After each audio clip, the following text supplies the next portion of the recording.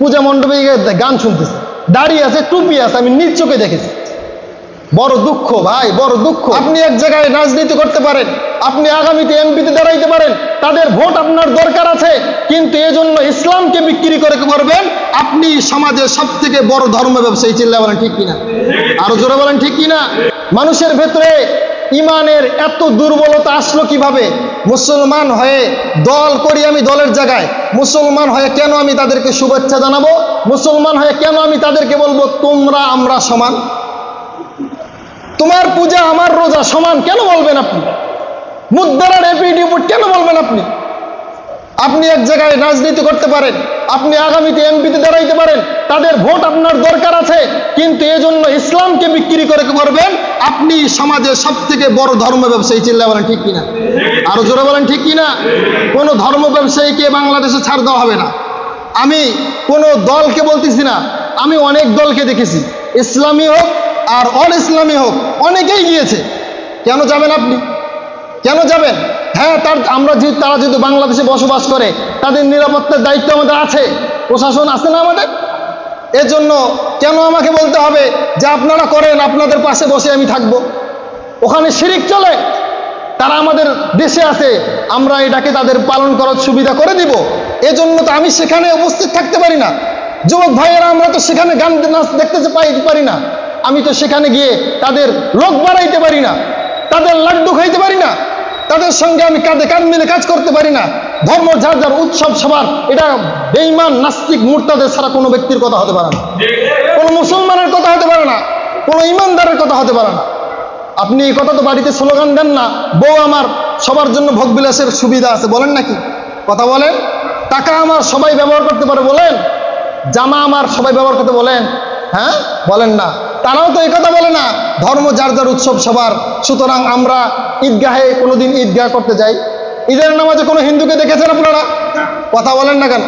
দেখেছেন? জুমার নামাজে কোনো হিন্দুকে দেখেছেন? তাহলে আপনি কেন পূজা মণ্ডপে? জবাব দেন। কেন আপনি পূজা মণ্ডপে?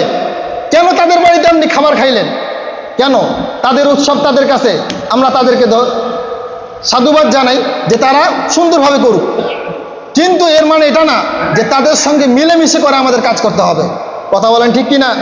হ্যাঁ, এই জন্য যদি কারো ভেতরে এটা থেকে থাকে, আপনাদের সমাজে হোক, যেখানে হোক, মুসলমান হিসাবে আপনি মনে রাখবেন, আপনি যেহেতু ভাই কথা বলেন, কথা বলেন, মুসলমান হিসেবে একটা কথা মনে রাখবেন, আমি আপনাদের এখানে মেম্বারে বসেছি আপনাদের ইমানের জাগ্রত করার জন্য, আপনার ইমান নষ্ট করার জন্য আমি এখানে বসি নাই।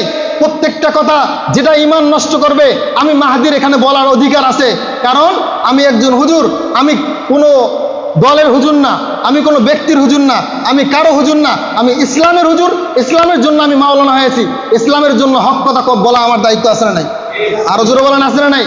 এই জন্য যদি কেউ মন খারাপ করে, কারো ভেতরে যদি এর নিয়ে সমালোচনা হয়, বুঝে রাখবেন, সমাজে চিনে রাখবেন, এরাই ধর্ম ব্যবসায়ী, এরাই ইসলামের নাম দিয়ে ইসলামকে বিক্রি করে পরিপূর্ণ মুনাফিক ছাড়া এরা মুসলমান হতে পারে।